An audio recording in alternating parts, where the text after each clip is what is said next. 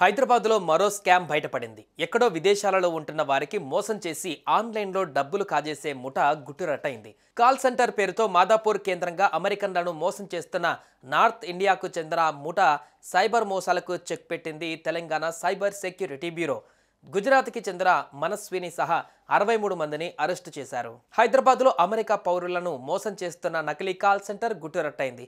మాదాపూర్లో ఓ భవనంలో ఎగ్జిటో సొల్యూషన్స్ పేరుతో నిర్వహిస్తున్న నకిలీ కాల్ సెంటర్పై దాడి చేసిన తెలంగాణ సైబర్ సెక్యూరిటీ బ్యూరో అధికారులు 52 ల్యాప్టాప్లు, 63 మొబైల్ ఫోన్లు, 27 ఐడి కార్డులను స్వాధీనం చేసుకున్నారు.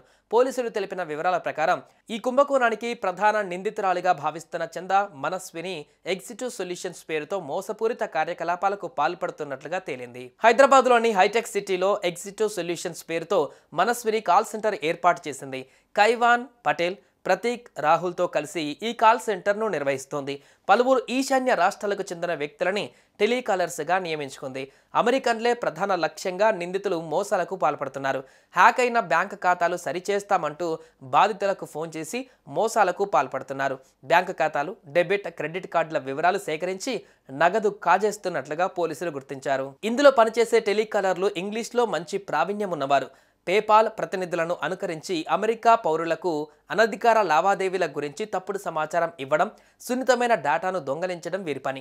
తాము మోసాలకు పాల్పడుతున్నట్లు ఎంప్లాయీస్ అందరికీ ముందే తెలుసు. ఆన్లైన్ ద్వారా దొంగిలించిన నిధులను క్రిప్టో కరెన్సీగా మార్చి డిజిటల్ వ్యాలెట్లకు బదిలీ చేస్తారు.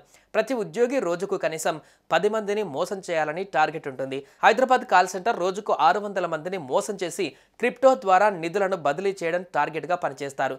మోసానికి దోహదపడేందుకు పేపాల్ కస్టమర్ల డేటాను ప్రధాన నిందితురాలు చందా మనస్వినికి అందజేస్తారని అధికారులు అనుమానిస్తున్నారు.